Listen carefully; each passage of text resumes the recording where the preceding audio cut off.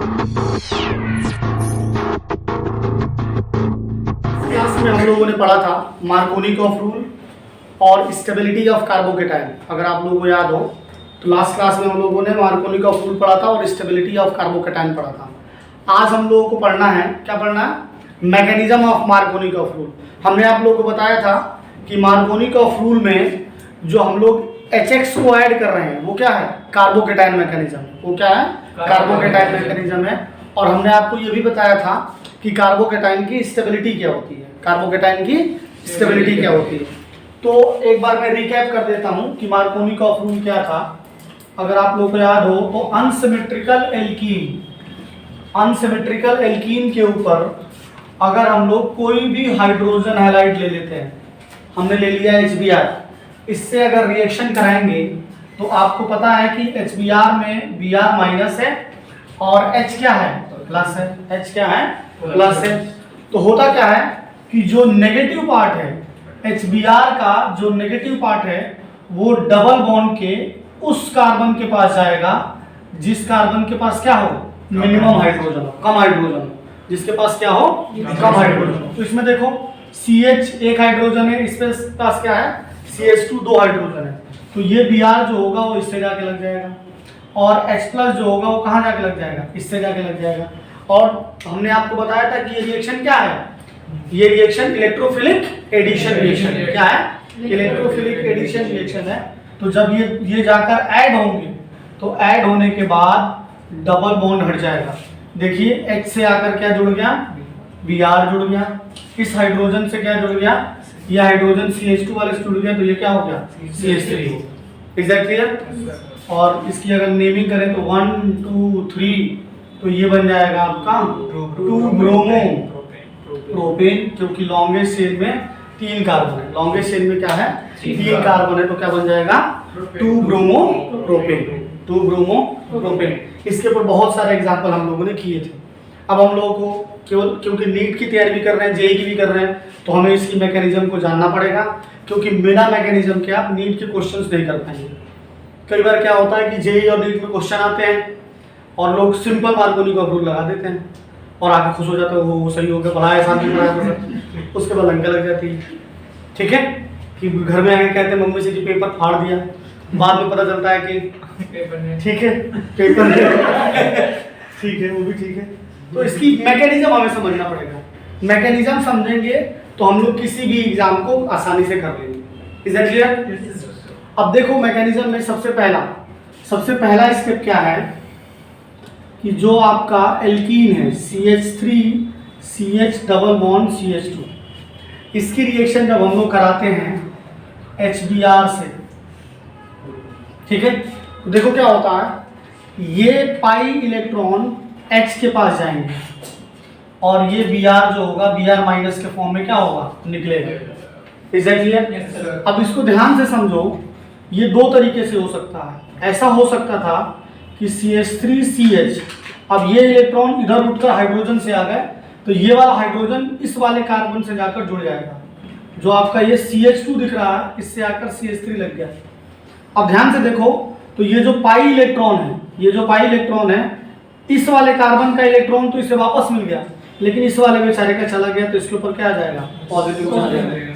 क्या आ जाएगा? Positive charge आ जाएगा। क्या आ जाएगा? Positive charge. दूसरी चीज ये हो सकती है कि अगर HBr बैक साइड से अटैक करता तो हाइड्रोजन इससे जुड़ जाता, बीच वाले कार्बन से जुड़ सकता था, CH3 CH2 और CH2 प्लस आ जाता कि भाई अगर ये वाला हाइड्रोजन इस वाले कार्बन से अगर जुड़ जाता तो अब प्लस चार्ज इस पे आएगा। तो पॉसिबिलिटी दोनों पे है कि इस पे प्लस चार्ज आ सकता है और इस पे भी प्लस चार्ज आ सकता है। अगर हाइड्रोजन इससे जुड़ेगा तो इस पे प्लस आएगा, इससे जुड़ेगा तो इस पे प्लस आएगा। Is that clear? अब ध्यान दो आप तो देखोगे कि ये वाला जो कार्बोकेटाइन है ये क्या है? ये 2 डिग्री कार्बोकेटाइन है। ये क्या है? 2 डिग्री कार्बोकेटाइन। और ये कौन सा कार्बोकेटाइन है? ये 1 डिग्री। अब एक बार मैं और बता रहा हूँ कि 2 डिग्री कैसे डिसाइड कर रहे हैं। जिस कार्बन पे प्लस लगा हुआ है, उससे डायरेक्ट 2 कार्बन जुड़े हुए हैं, that's why it is called 2 degree carbocation. और यहाँ पर देखो कि प्लस, जिस कार्बन पे प्लस लगा हुआ है वो डायरेक्ट इसके आगे कितने से जुड़ा हुआ है उससे हमें कोई लेना देना नहीं। डायरेक्ट जो लगा हुआ है वो एक ही कार्बन से लगा हुआ है, तो इसे हम लोग क्या बोलेंगे, 1 डिग्री कार्बोकेटाइन बोलेंगे। और आपको पता होना चाहिए, हमने लास्ट क्लास में आपको बताया था stability of carbocation, stability of carbocation. तो हमने बताया था कि 3 डिग्री कार्बोकेटाइन स्टेबल होता है, फिर 2 डिग्री और फिर 1 डिग्री, फिर 1 डिग्री।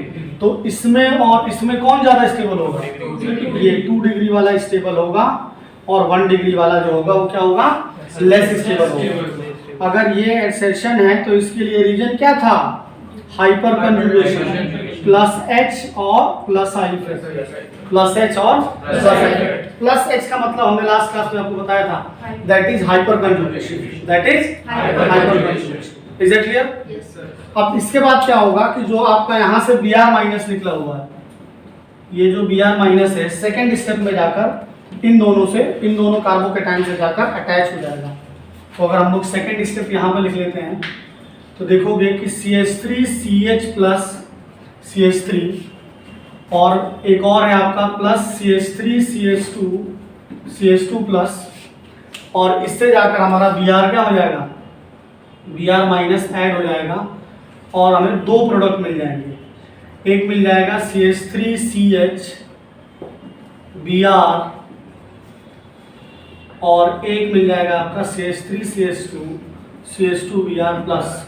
और जो इंटरमीडिएट स्टेबल होगा, आपको पता है कि 2 डिग्री इंटरमीडिएट ज़्यादा स्टेबल है, तो इसीलिए जो स्टेबल प्रोडक्ट होगा, जो मेजर प्रोडक्ट होगा वो कौन सा होगा, जो 2 डिग्री कार्बोकेटाइन से बना है, और माइनर प्रोडक्ट वो होगा जो 1 डिग्री कार्बोकेटाइन से बना है, जो 1 डिग्री कार्बोकेटाइन से बना है।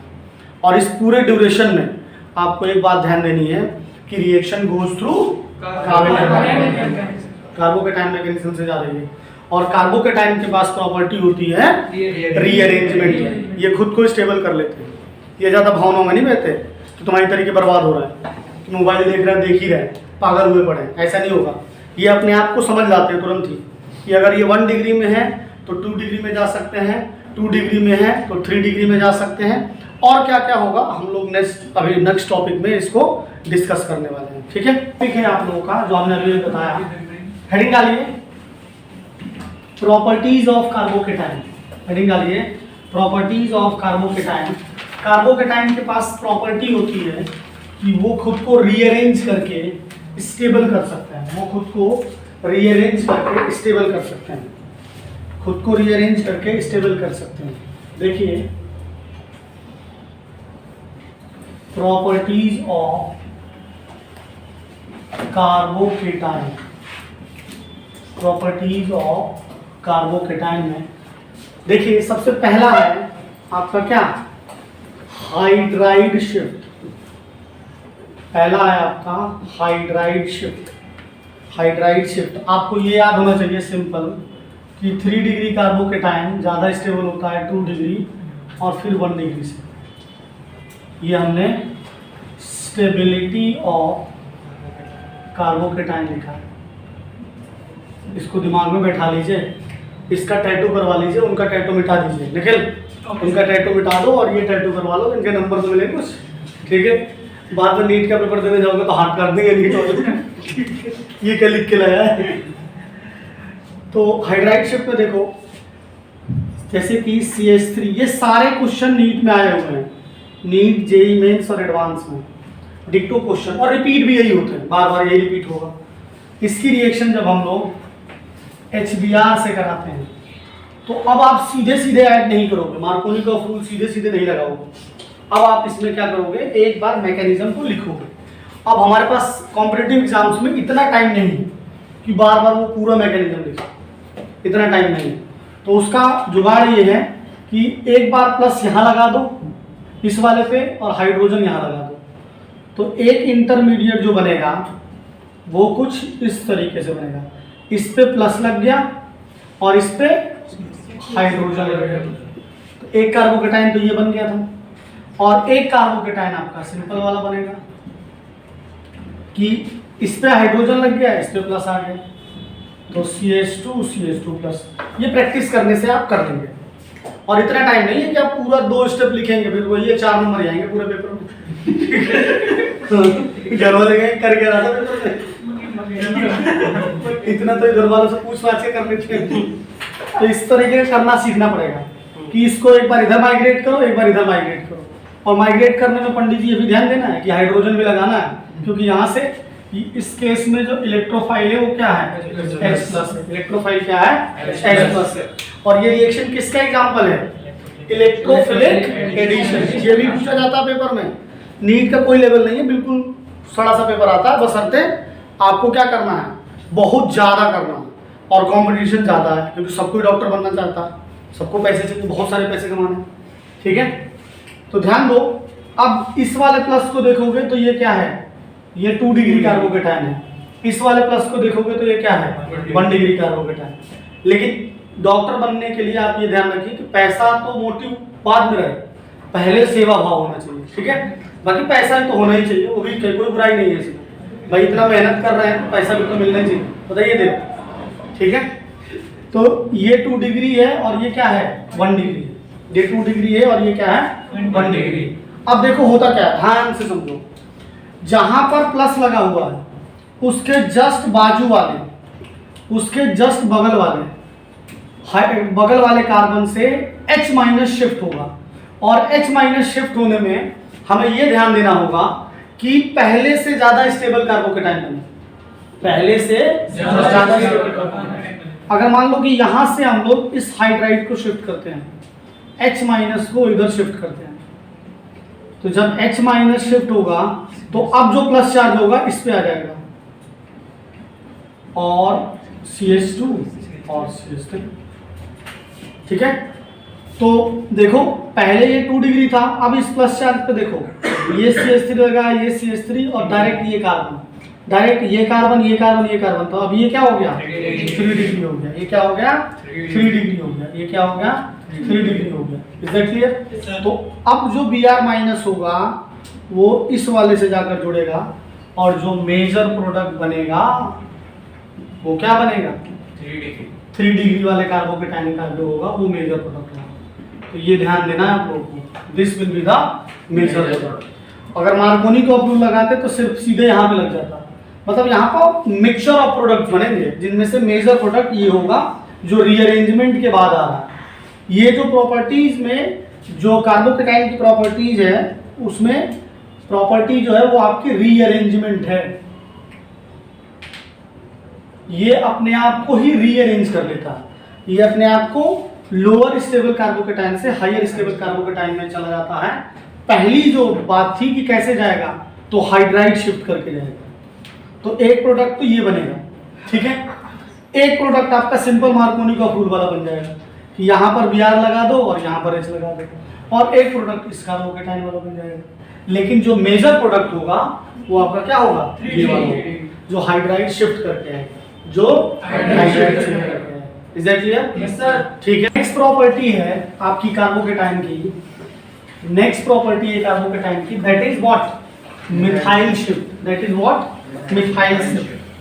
अब आपको एक बात देखिए, ध्यान दीजिए, आपको एक बात याद रखनी होगी कि जहां कहीं भी अगर कोई रिएक्शन कार्बोकेटायन मैकेनिज्म से जाएगी, और अगर आप कॉम्पिटिटिव एग्जाम्स में बैठे हुए हैं, खास करके नीट में और जेईई मेन से एडवांस में, तो आपको एक बार ध्यान देना होगा कि ऐसा तो नहीं कि कार्बोकेटायन खुद को रीअरेंज कर रहा है। अगर पॉसिबिलिटी है कि वो बेहतर कार्बोकेटायन में जा सकता है तो वो जरूर जाएगा। ये नहीं कि बिल्कुल गंवारों के तरीके भाई मार्कोनी का फूल लगा के चले आए और घर वालों को उम्मीद दे दिया 99% आ रही, बाद में बचने की 99 की जगह 69 आ रही है। ठीक है, तो ध्यान देने वाली बात है। सेकेंड प्रॉपर्टी है आपकी कार्बोकेटायन की, और वो क्या है, मिथाइल। मिथाइल को MEV कहा जाता है, मिथाइल शिफ्ट। और ये शिफ्टिंग जो हो रही है करण, वो क्यों हो रही है, खुद को स्टेबल करने के लिए। तुम भी कर लो स्टेबल, क्यों नहीं सुधर रहे हो, छोड़ दो उनको, कब तक ऐसे रहोगे। इसकी रिएक्शन जब हम लोग करते हैं HBr से, तो हमने अभी भी बताया आपको कि पहले हम लोगों को कार्बोकेटायन बनाना पड़ेगा, ठीक है। तो अब सिर्फ एक ही कार्बोकेटायन बनाएंगे, मैं इतना डिटेल में नहीं जा सकता। तो देखो यहाँ पर अगर प्लस आएगा तो 2 डिग्री बनेगा, और यहाँ पे प्लस आएगा तो 1 डिग्री, तो 2 डिग्री वाला बना लेते हैं। क्योंकि 2 डिग्री ज़्यादा स्टेबल होगा जी। और जब कार्बोकेटाइन बनाना तो ये भी ध्यान रखना कि यहाँ हाइड्रोजन भी लगाना, ये नहीं कि हाइड्रोजन लगाना ही भूल गए, ठीक है। तो ये हमारा बन गया 2 डिग्री कार्बोकेटाइन। और हर्ष अगर आप ध्यान दो तो देखोगे कि ये CH3 को, अब एक चीज़ और है, देखो यहाँ से अगर हाइड्राइड इधर शिफ्ट हो गया तो यहाँ पर प्लस चार्ज आएगा और वो 1 डिग्री बन जाएगा, तो वो पहले से बेकार हो जाएगा। तो खुद को किसी से जुड़ने के बाद वो बेकार हो रहा है तो क्यों ही जुड़ेगा, तुम लोगों के तरीके थोड़ी जिंदगी बर्बाद कर रहे हैं। तो ये हाइड्राइड शिफ्ट करेगा, और हाइड्राइड शिफ्ट करने के बाद क्या होगा, देखिए यहाँ से CH3 जब इधर गया तो इसके ऊपर प्लस चार्ज आ जाएगा और इस CH के पास CH3 आ जाएगा and this CH3। Is that clear? और ऐसा करके क्या हो गया, देखो पहले जो ये कार्बोकेटाइन था वो 2 डिग्री था और ये वाला कार्बोकेटाइन है वो क्या है 3 डिग्री है। तो ये वाला कार्बोकेटाइन क्या है 3 डिग्री है। तो ये खुद को क्या कर लिया इसने, रीअरेंज कर दिया। अब इस प्लस से हमारा Br माइनस आके जुड़ जाएगा। तो जो मेजर प्रोडक्ट बनेगा वो कुछ इस तरीके से बन जाएगा। तो आपको ध्यान रखना होगा कि अगर पॉसिबिलिटी है खुद को स्टेबल करने की तो मिथाइल शिफ्ट करके भी स्टेबल कर सकता। और ये पेपर समझ लीजिए, ये पेपर में कई बार आया, नीट में, मेंस हो गया या एडवांस हो गया, किसी भी एग्जाम में आप जाके देख लीजिएगा, PYQ में कई बार ये क्वेश्चन डिक्टो आ चुका। अगर हम लोग इसकी IUPAC नेमिंग लिखना चाहें तो 1 2 3 4 तो क्या हो जाएगा 2 bromo 2 3 di methyl 2 3 di methyl. और टोटल कितने कार्बन है 4 कार्बन है तो ब्यूटी। टोटल कितने कार्बन है 4 कार्बन है तो ब्यूटी। Is that clear? ठीक है। यहाँ पर अगर आपने ध्यान दिया हो तो 2 3 क्या हो जाएगा, 2 CH3 है ना, तो 2 3 डाई मिथाइल हो जाएगा। क्या हो जाएगा डाई मिथाइल, 2 3 डाई मिथाइल हो जाएगा।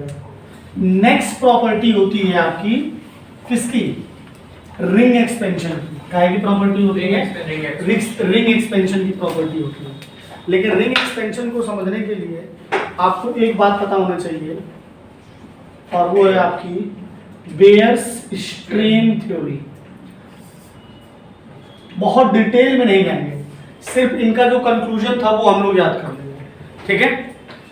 बेयर्स स्ट्रेन थ्योरी कहती है कि जैसे जैसे कार्बन रिंग के अंदर नंबर ऑफ कार्बन बढ़ते हैं वैसे वैसे क्या होती है, स्टेबिलिटी बढ़ती है। वैसे वैसे क्या होती है, स्टेबिलिटी बढ़ती है। तो 3 कार्बन की जो रिंग है वो कम स्टेबल होगी 4 से, फिर ज़्यादा स्टेबल होगी 5 वाली और फिर 6 वाली। लेकिन जो मैक्सिमम स्टेबल होती है वो 6 वाली ही होती है।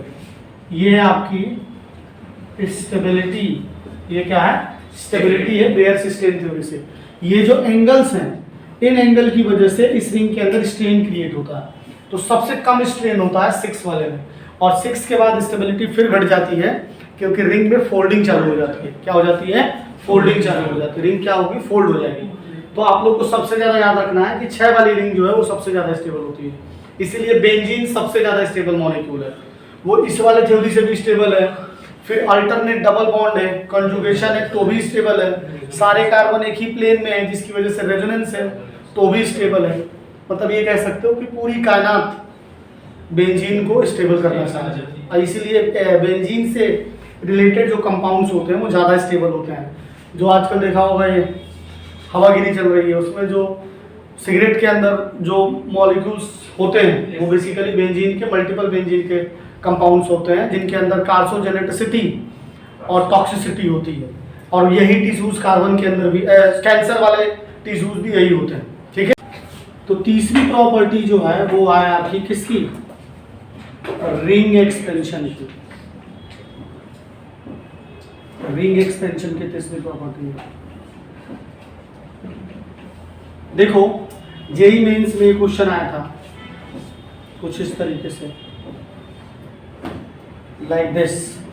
और इसकी रिएक्शन अगर हमने कहा गया था कि HI से कराइए, किससे कराइए, HI से। तो लोगों को बहुत आसान लगा, मार्कोनी का रूल लगाना था। जहां जहां कॉर्नर है वहां वहां क्या है, कार्बन है। जहां जहां कॉर्नर है वहां वहां क्या है, कार्बन है। तो बेसिकली जो है आप अगर ध्यान से देखो तो यहाँ पर CH है, डबल बॉन्ड यहाँ पर क्या है CH2, क्योंकि ये हमारे काम की चीज़ है तो ये हमने बना दिया कि यहाँ पर CH है और यहाँ पर क्या है CH2। इसको हम लोग एज इट इज रख रहे हैं। Is that clear? अब देखो क्या होता है, फिर से कार्बोकेटाइन बनाओ, तो कार्बोकेटाइन में यहाँ पर प्लस जो होगा वो ज़्यादा स्टेबल होगा, तो जो कार्बोकेटाइन बन जाएगा वो ये बन जाएगा लाइक दिस। ये हो गया आपका CH प्लस और ये हो गया आपका CH3। Is that clear? अब देखो क्या होता है, ये जो रिंग दिख रही है कितने की रिंग है? ये आपकी 4 की रिंग है। तो अब ये वाला जो बॉन्ड दिख रहा है, ये वाला बॉन्ड उठकर इससे जाकर जुड़ जाता है, यानी ये वाला जो बॉन्ड है यहाँ से उठकर यहाँ जुड़ जाएगा और प्लस चार्ज जो होगा वो यहाँ आ जाएगा। तो ऐसा करने से देखिए ध्यान से हो क्या रहा, बहुत केयरफुली आपको देखना पड़ेगा। ये हो गया प्लस चार्ज शिफ्ट हो गया यहाँ, ये वाला प्लस चार्ज यहाँ शिफ्ट हो गया। Is that clear? और ये वाला इधर जाके जुड़ जाएगा लाइक दिस, और इससे CH3 तो जुड़ा ही है, इससे CH3 तो जुड़ा ही है। अब ऐसा करने से क्या हो गया, ऐसा करने से 1 2 3 4 5 की रिंग बन गई। कितने की रिंग बन गई? 5 की रिंग बन गई। और ऊपर अभी अभी स्ट्रेन थ्योरी हमें लिखी कि 4 की रिंग से ज्यादा स्टेबल होती है 5 की रिंग। तो होगा क्या देखो कुछ, अब मैं इसको प्रॉपर तरीके से लिख देता हूँ। देखो जहाँ पे CH3 लगा हुआ है उसके बगल में प्लस लगा हुआ है, उसके बगल में प्लस लगा हुआ है। अब जो Br माइनस होगा इस प्लस से आकर जुड़ जाएगा और मेजर प्रोडक्ट जो होगा वो आपका यही होगा। ध्यान से देखिए, जो मेजर प्रोडक्ट होगा वो आपका ये होगा, यहाँ से आकर Br जुड़ जाएगा, इस वाले पे आकर Br जुड़ जाएगा और मेजर प्रोडक्ट जो होगा वो क्या होगा, ये होगा। इसकी IUPAC नेमिंग क्या होगी भाई साहब बताइए? इसकी IUPAC नेमिंग होगी यहाँ से 1 2 3 4 5, तो इसकी IUPAC नेमिंग हो जाएगी 1 ब्रोमो 2 मिथाइल, साइकिल है तो साइक्लो और 5 भी साइकिल है तो पेंटेन, और सारे सिंगल बॉन्ड है तो क्या हो जाएगी पेंटेन। तो ये आपकी 3 प्रॉपर्टीज हैं जो कि कार्बोकेटाइन की है। कार्बोकेटाइन अपने आप को बेहतर स्टेज पे लेके जाता है, खुद को क्या करके रीअरेंज करके, और रीअरेंज करने के लिए वो क्या क्या करता है, पहला हाइड्राइड शिफ्ट करता है, दूसरा मिथाइल शिफ्ट करता है और तीसरा रिंग एक्सपेंशन कर सकता है। रिंग एक्सपेंशन में आपको ये पता होना चाहिए कि बेयर स्ट्रेन थ्योरी से आपको कि 3 की रिंग कम स्टेबल होती है, फिर 4 आती है स्टेबिलिटी में, फिर 5 आती है, 6 आती है। सबसे ज्यादा किसकी स्टेबल होती है? 6 की होती है, और 6 के बाद फिर से स्टेबिलिटी घटने लगती है क्योंकि रिंग में फोल्डिंग चालू हो जाती है। हाँ या ना बोलो? ठीक है, नोट कर अच्छा हाँ देखो ध्यान से, यहाँ पर हमने Br लगा दिया ना, जबकि हमने यहाँ पर HI लिया था, तो यहाँ I लगा देंगे बस, और कोई दिक्कत नहीं। यहाँ पर क्या लगा देंगे? I लगा देंगे। यहाँ ब्रोमो की जगह क्या हो जाएगा? आयोडो हो जाएगा। यहाँ ब्रोमो की जगह क्या हो जाएगा? आयोडो। इतना तो समझ ही जाते हो यार। तो अब हम लोग नेक्स्ट टॉपिक की तरफ चल रहे हैं। अगर आप लोग को याद हो तो हम लोग प्रिपरेशन पढ़ रहे थे, प्रिपरेशन ऑफ हेलोएल्केन, और प्रिपरेशन ऑफ हेलोएल्केन में हमने पहला टॉपिक लिया था फ्रॉम एल्कीन, और फ्रॉम एल्कीन में पहला टॉपिक लिया था, अगर आप लोगों को याद हो, फ्रॉम एल्कीन में हमने पहला टॉपिक लिया मार्कोनी ऑफ रूल। फिर मार्कोनी ऑफ रूल को समझने के लिए हमें कुछ बेसिक चीजें 11th की समझनी पड़ रही है, ठीक है। अब सेकेंड टॉपिक जो हम लोग को लेना है प्रिपरेशन ऑफ एल्कीन में ही B part, that is anti Markovnikov of rule, anti Markovnikov of rule, ठीक है। इसी को हम लोग और क्या बोलते हैं? इसी को हम लोग बोलते हैं पेरोक्साइड इफेक्ट, और इसी को और भी बोलते हैं हम लोग, एक और नाम होता है दैट इज खरास इफेक्ट। इसी को हम लोग क्या बोलते हैं? खरास इफेक्ट। एग्जैक्टली। अब ये सब कुछ समझने के लिए मैं सबसे पहले आपको समझना पड़ेगा कि पेरोक्साइड क्या होते हैं। पेरोक्साइड क्या होते हैं? तो पेरोक्साइड होते हैं आपके ये, जब O bond, O single bond O से जुड़ा हुआ हो और ऑक्सीजन की जो ऑक्सीडेशन स्टेट है वो क्या है? -1। ये एक इनऑर्गेनिक पेरोक्साइड है दैट इज हाइड्रोजन पेरोक्साइड, जिसका नाम क्या है, हाइड्रोजन पेरोक्साइड H2O2। एक हम लोग ऑर्गेनिक पेरोक्साइड ले लें। पेरोक्साइड वाली रिएक्शन का बहुत ब्रॉड एप्लीकेशन है। जब आप हम लोग पॉलीमर पढ़ेंगे तो वहाँ पता चलेगा कि जितने भी एडिशन पॉलीमर है वो इन्हीं से बनते हैं। जो आप PVC देख रहे हैं या पॉलीथीन देख रहे हैं, ज़्यादातर चीज़ें जो प्लास्टिक की बॉटल्स बनी वो सब के अंदर जो मैकेनिज्म है वो पेरोक्साइड वाली मैकेनिज्म। ये जो है आपका, ये है आपका बेंजोइल पेरोक्साइड, बेंजोइल पेरोक्साइड, ये एक ऑर्गेनिक पेरोक्साइड है। Is that clear? अब ध्यान देना होगा आपको, जो पेरोक्साइड इफेक्ट है वो हाइड्रोजन हैलाइड में सभी के साथ नहीं दिखता।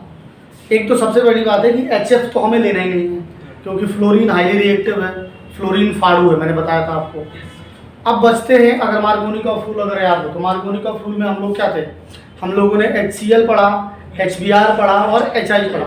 यहाँ पर HCl और HI भी नहीं लिए जाएंगे, यहाँ पर HCl और HI भी नहीं लिए जाएंगे। उसका रीजन क्या होगा वो हम लोग समझेंगे जब मैं इसकी मैकेनिज्म बताऊंगा, जो कि नेक्स्ट क्लास में होगी। ठीक है, तो अभी के लिए आपको ये दिमाग में रखना होगा कि पेरोक्साइड इफेक्ट only applicable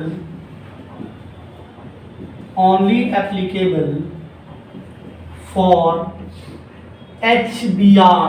किसके लिए एप्लीकेबल है? HBr के लिए। किसके लिए एप्लीकेबल है? HBr के लिए। यहाँ बॉक्स में लिख लीजिएगा, not for HCl and HI। और हम लोगों को पहले से पता है कि HF के लिए तो लेना ही नहीं है, HF के लिए तो मार्कोनी का फ्लूल भी नहीं एप्लीकेबल है। Is that clear? तो देखें मार्कोनी का फ्लूल है क्या। मार्कोनी का फ्लूल के लिए भी आपको अनसिमेट्रिकल एल्कीन पे ही ये दिखेगा। अगर हम लोग अनसिमेट्रिकल एल्कीन ले लें, that is nothing but CH3CH double bond CH2, और इसकी रिएक्शन करा देते हैं किससे? HBr से। याद रखिएगा, केवल HBr के लिए एप्लीकेबल होगा, HCl और HI के लिए क्यों नहीं होगा ये हम इसकी मैकेनिज्म में बताएंगे आपको। ठीक है, तो ये मत कहने लगा अरे बताया नहीं आपने, ये क्या कर रहे हो, पेरोक्साइड की प्रेजेंस में। ठीक है, कई बार पेरोक्साइड लिखा होगा, कई बार पेरोक्साइड बना भी होगा। ठीक है, तो अब देखो क्या होता है, इसमें Br माइनस जो है उस कार्बन के पास जाएगा, इसमें Br माइनस डबल बॉन्ड के उस कार्बन के पास जाएगा जिसके पास ज्यादा हाइड्रोजन हो, और H उसके पास जाएगा जिसके पास कम हाइड्रोजन हो। H उसके पास जाएगा जिसके पास मिनिमम हाइड्रोजन हो, और Br उसके पास जाएगा जिसके पास एक्सेस हाइड्रोजन हो। और ये जो कुछ भी हो रहा है ये सब कुछ डबल बॉन्ड के साथ होगा और कहीं नहीं होने वाला।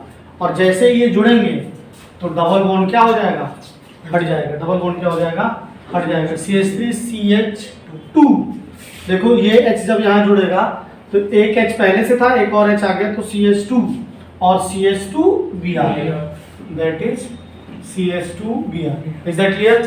तो अगर आपको प्रोपीन से 1 ब्रोमो प्रोपेन बनाना है, अगर 1 ब्रोमो प्रोपेन बनाना है तो आपको पेरोक्साइड इफेक्ट लगाना पड़ेगा, क्रॉस इफेक्ट लगाना पड़ेगा, एंटी मार्कोनी का फ्लूल लगाना पड़ेगा। ठीक है, इज दैट क्लियर? अगर 2 पे लगाना होता तो मार्कोनी का फ्लूल होता, अगर इसी में मान लो 2 पे लगाना होता तो क्या हो जाता, मार्कोनी का फ्लूल लगाना होता। जैसे कि मान लीजिए, और एक मोस्ट इंपॉर्टेंट बात मैं लिखना भूल गया, वो ये है कि free radical mechanism, free radical mechanism है। और आपको पता होना चाहिए कि फ्री रेडिकल में रीअरेंजमेंट नहीं होता, नो रीअरेंजमेंट। तो जैसा कि कार्बो के टाइम के साथ हो रहा था वैसा यहाँ नहीं होने वाला। तो यहाँ जिंदगी बहुत आसान है। एक तो HCl और HI हट गए तो और टेंशन खत्म हो गई, केवल HBr याद रखना है। लेकिन वो टेंशन खत्म नहीं हुई है, वो तुमको सेशन रीजन में सवाल पूछा जाएगा कि क्यों पेरोक्साइड इफेक्ट जो है HCl और HI के साथ नहीं दिख रहा, ठीक है। उस पर एसेशन दिया होगा, रीजन दिया होगा, और फिर तुम कंफ्यूज हो जाओगे, फैल जाओगे, क्योंकि वो ए पार्ट और बी पार्ट में तो पता ही हालत खराब हो जाती है कि assertion is correct, reason is correct, फिर करेक्ट एक्सप्लेनेशन। तो इतना ही याद कर लें बहुत है। अब करेक्ट एक्सप्लेनेशन तो अलग ही लेवल की बात है, उसके लिए आपको बुक पढ़नी पड़ेगी। अगर आप कोई भी एग्जाम निकालना चाहते हैं, खास करके नीट और जेई मेंस, तो आपको एनसीईआरटी की एक एक लाइन आनी चाहिए, और बायोलॉजी की एनसीईआरटी तो कम से कम 10 बार याद करिए, और प्रीवियस ईयर के क्वेश्चंस को बार बार बनाइए।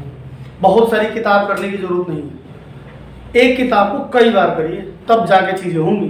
क्योंकि मेन चीज़ है कि सिलेबस इतना ज़्यादा है कि आप उसे दिमाग में बैठा पाएँ। और ये नहीं कि 50 तो किताब कर रहे हैं, कुछ भी याद नहीं है, तो उससे कोई फायदा नहीं होने वाला। लग जाएगी भाई कि पेपर पे सब कुछ देखा हुआ लग रहा है, एग्जैक्ट नहीं पता चल रहा, क्योंकि 4 ऑप्शन आते हैं, और ऑप्शन ज़्यादा खतरनाक चीज़ होती है भाई। अगर कुछ नहीं पता तो कुछ तो लिख के आएंगे, जैसे कि मेन कुछ, जैसे बोर्ड में होता है कि लिखने के लिए आ गया, लिख दिया कुछ ना कुछ, जो आता है लिख दिया, 2 नंबर में आधा नंबर मिल गया। अब तुम्हें 4 ऑप्शन मिल रहे हैं, तो फिर तुम तो देखोगे ना कौन सा सही है, फिर जीभ लपलपाई वाली बात हो गई ना। अब घर वालों ने कह दिया इससे शादी करनी है, बात खत्म। अब उन्होंने कह दिया नहीं 4 ऑप्शन है, तेरे पास स्वयंवर होगा फिर तो गड़बड़ हो जाएगी। बात समझ में आ रही कि नहीं आ रही? तो ये ऑब्जेक्टिव पेपर ज़्यादा मुश्किल होता है, ये आपके बहुत सारी चीज़ों को एक साथ एनालाइज किया जा रहा है, क्योंकि आप जो है सबसे अच्छे पोस्ट पे जाने वाले हैं, और डॉक्टर तो भाई भगवान होते हैं। डॉक्टर की तो बात ही अलग है, क्यों तुमको तो भगवान ही बनाने वाले हैं। तुम्हारा तो एनालिटिकल माइंड तगड़ा होना चाहिए, लॉजिकल माइंड होना चाहिए, पर जब तुमने ऐसे ही कर दिया बस, तो लंका लग जाएगी आदमी की, ठीक है। कुछ और एग्जाम्पल अगर हम लोग देखते हैं, देखिए जैसे CH3 CH2 CH double bond CH2, इसकी रिएक्शन अगर हम लोग मान लीजिए HBr से कराते हैं, और कई बार यहाँ पर पेरोक्साइड लिखा होगा, कई बार यहाँ पर पेरोक्साइड बना होगा, C6H5CO का होल ट्वाइस O2 तो आपको ये पहचानना पड़ेगा कि ये पेरोक्साइड है, ठीक है। जैसे कि एक और एग्जांपल ले लें हम लोग,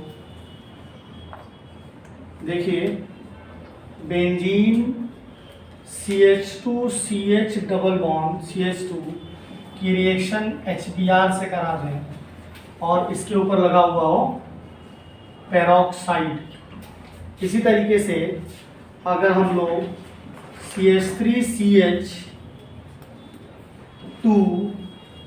CH double bond CH3 CH3, कई बार इसको एक ही जगह लिख देते हैं इसे, इसकी रिएक्शन अगर हम लोग कर देते हैं HBr से इन प्रेजेंस ऑफ पेरोक्साइड, ठीक है। कई बार इनऑर्गेनिक पेरोक्साइड भी लिख दिया जाता है, तो उसे घबराना नहीं है, और दिमाग ये मत लगाने लगना कि वो क्वेश्चन गलत है, ऐसा कुछ नहीं है, ठीक है। तुमको सिर्फ प्रोडक्ट लिखना है, आपको पेरोक्साइड दिख गया, आपको प्रॉपर तरीके से प्रोडक्ट लिखना है। अब प्रोडक्ट क्या हो जाएगा, उल्टा, मार्कोनिकॉफ का उल्टा हो जाएगा, Br माइनस उस हाइड्रोजन के पास, डबल बॉन्ड के उस हाइड्रोजन के पास जाएगा जिसके पास ज़्यादा हाइड्रोजन हो, H प्लस उसके पास जाएगा जिसके पास कम हाइड्रोजन हो। इसी तरीके से यहाँ पर भी देखिए, डबल बॉन्ड में इसके पास 2 हाइड्रोजन है, इसके पास 1 हाइड्रोजन है, तो Br माइनस इसके पास चला जाएगा, और H प्लस यहाँ चला जाएगा। यहाँ पर देखिए, यहाँ 1 हाइड्रोजन है, यहाँ एक भी हाइड्रोजन नहीं है, तो Br माइनस उसके पास जाएगा जिसके पास ज़्यादा हाइड्रोजन है, और H प्लस उसके जाएगा जिसके पास कम हाइड्रोजन है। कम कहें या नहीं कहें, बात सेम। और ये सब जब जुड़ेंगे तो डबल बॉन्ड क्या हो जाएगा, हट जाएगा, तो बन जाएगा प्रोडक्ट। देखो क्या बन जाएगा, ध्यान से समझो। प्रोडक्ट बनेगा CH3 CH2 CH2 Br, क्योंकि यहाँ पे 4 कार्बन थे, 1 2 3 4। अगर हम बेंजीन वाले की बात करें तो बेंजीन CH2 Br, जो Br आएगा वो बाहर के साइड लग जाएगा। अगर हम आखिरी वाले की बात करें तो ध्यान से समझिएगा, CH3 CH2 CH के नीचे Br लग जाएगा, और CH3 CH3, तो ये हमारे क्या बन जाएंगे, प्रोडक्ट बन जाएंगे। अगर आप IUPAC नेमिंग भी लिखना चाहते हो, खास करके हम बताना चाह रहे हैं इस वाले का, तो इसमें लॉन्गेस्ट चेंज जो हो जाएगी वो ये हो जाएगी। और जब बेंजीन साइड चेन में जाएगी तो क्या लिखेंगे? फिनाइल लिखेंगे। क्या लिखेंगे? तो नंबरिंग यहाँ से चालू होगी क्योंकि बी आर अल्फाबेटिकली पहले आता है, बी आर अल्फाबेटिकली पहले आता है। तो लिखेंगे 1 ब्रोमो 3 फिनाइल, 1 ब्रोमो 3 फिनाइल, और जो कार्बन चेन है उसमें 3 कार्बन है तो प्रोपेन हो जाएगा। Is that clear? इसकी नंबरिंग करेंगे, ध्यान से बताइए किधर से नंबरिंग करेंगे। 1 2 3 पे इधर से आ रहा है और 1 2 पे तो इधर से करेंगे। लोएस्ट लोकेंट रूल लगेगा, लोवेस्ट सब्स्टिट्यूटेंट को लीस्ट नंबर देंगे, लोकेशन उसका लीस्ट देंगे। तो इधर से तीसरे पे आ रहा था, इधर से दूसरे पे आ रहा था पहले, लेकिन लिखेंगे सबसे पहले अल्फाबेटिकली। तो 3 ब्रोमो 2 मिथाइल, और टोटल कितने कार्बन है? 5 कार्बन है तो लिखेंगे पेंटेन। क्या लिखेंगे? पेंटेन। क्या लिखेंगे? पेंटेन। इसी तरीके से इसकी नंबरिंग करोगे तो 1 2 3 4, तो 4 कार्बन है, 4 कार्बन है तो हो जाएगा 1 ब्रोमो ब्यूटेन। 4 कार्बन है तो क्या हो जाएगा? 1 bromo butane. Is that clear? ठीक है, देखिए इधर इधर आगे बढ़ते हैं। तो एंटी मार्कोनी का रूल जो है वो आपका ये है। कुछ एग्जांपल और कर सकते हो, जैसे कि अगर हम लोग ले लेते हैं दिस, इसकी रिएक्शन अगर हम लोग HBr से करा दें इन प्रेजेंस ऑफ पेरोक्साइड, या फिर CH3CH डबल बॉन्ड CH2, इसकी रिएक्शन HBr से करा देते हैं। Absence of peroxide, absence of peroxide, जैसे मान लीजिए कि CH3CH डबल बॉन्ड CH3 है, इसकी रिएक्शन अगर हम HBr से करा देते हैं H2O2 की प्रेजेंस में। तो ध्यान दो, लास्ट क्लास में जब मार्कोनी का रूल हम पढ़ा रहे थे तो हमने बताया था कि यहाँ पर क्या है? एक कार्बन है। यहाँ पर क्या है? एक कार्बन है, सॉरी एक कार्बन है और यहाँ पर हाइड्रोजन एक भी नहीं है। यहाँ पर कार्बन है लेकिन एक हाइड्रोजन है। तो अब हम एंटी मार्कोनी का रूल पढ़ रहे हैं, तो Br माइनस हो जाएगा वो इसके पास जाएगा, और H प्लस हो जाएगा वो इसके पास जाएगा, क्योंकि Br माइनस को जाना है उस कार्बन के पास जिसके पास ज़्यादा हाइड्रोजन है। और जब ये जुड़ेंगे तो सबसे इम्पोर्टेंट बात है कि डबल बॉन्ड हट जाएगा और यहाँ पर Br लग जाएगा। हाइड्रोजन और कार्बन को नहीं दिखाया मैंने, हाइड्रोजन और कार्बन को लाइन स्ट्रक्चर में नहीं देखा जाता। अब देखो ध्यान से, अब लोग पागल हो चुके होते हैं कि पेरोक्साइड, तो लोग क्या करते हैं पेपर में कि अब्सेंस ऑफ पेरोक्साइड लिख देते हैं। तो अब दिमाग में तो हमने बसा रखा है कि पेरोक्साइड का मतलब एंटी मार्कोनी का ग्रुप, लेकिन गंवारों ने देखा नहीं कि अब्सेंस ऑफ पेरोक्साइड लिखा हुआ। तो अब्सेंस ऑफ पेरोक्साइड का मतलब होगा कि मार्कोनी का ग्रुप लगेगा, मार्कोनी का ग्रुप ही लगेगा। तो इसमें Br माइनस जो आएगा वो इससे जाके जुड़ेगा और H प्लस उसके पास जाएगा जिसके पास ज़्यादा हाइड्रोजन हो, और Br माइनस जो होगा उसके पास जिसके पास कम हाइड्रोजन, जिसके पास क्या हो? कम हाइड्रोजन। तो ये ध्यान रखिएगा, ये ब्लफ किया जाता है पेपर में, और पेपर में इतना प्रेशर रहता है ना, एटमॉस्फेरिक प्रेशर के अलावा रिश्तेदारों का प्रेशर, दोस्तों का हो जाएगा उसका प्रेशर, माँ बाप के सपनों का प्रेशर, बहुत सारा प्रेशर रहता है। तो ये अब्सेंस दिखाई नहीं देगा, सीधे पेरोक्साइड दिखाई देगा, मार्कोनी का ग्रुप लग जाएगी लड़का। और कई बार जो है अब ऐसा मॉलिक्यूल दे रखा है जिसके पास दोनों साइड एक एक हाइड्रोजन हो, तब इसका मतलब ये नहीं कि इसकी रिएक्शन नहीं होगी, रिएक्शन होगी लेकिन इस पर एंटी मार्कोनिक और मार्कोनिक दिखेगा नहीं। किसी से भी एक Br जोड़ दीजिए और किसी से भी H जोड़ दीजिए, तो आपका बन जाएगा CH3CH Br CH2CH3। Is that clear? ठीक है, तो ये है आपका था क्या? एंटी मार्कोनी का ग्रुप। नेक्स्ट क्लास में जो हम लोग पढ़ने वाले हैं वो क्या पढ़ने वाले हैं? नेक्स्ट क्लास में हम लोग पढ़ने वाले हैं mechanism of peroxide effect, cross effect की मैकेनिज्म क्या है, और इसके अलावा फिर हम लोग आगे हम लोग पढ़ने वाले हैं सैंडवेयर रिएक्शन क्या होगी, प्रिपरेशन ऑफ हेलोएरिन्स भी पढ़ने वाले हैं। ठीक है, तब तक के लिए गुड नाइट, शुभ रात्रि, जय हिंद।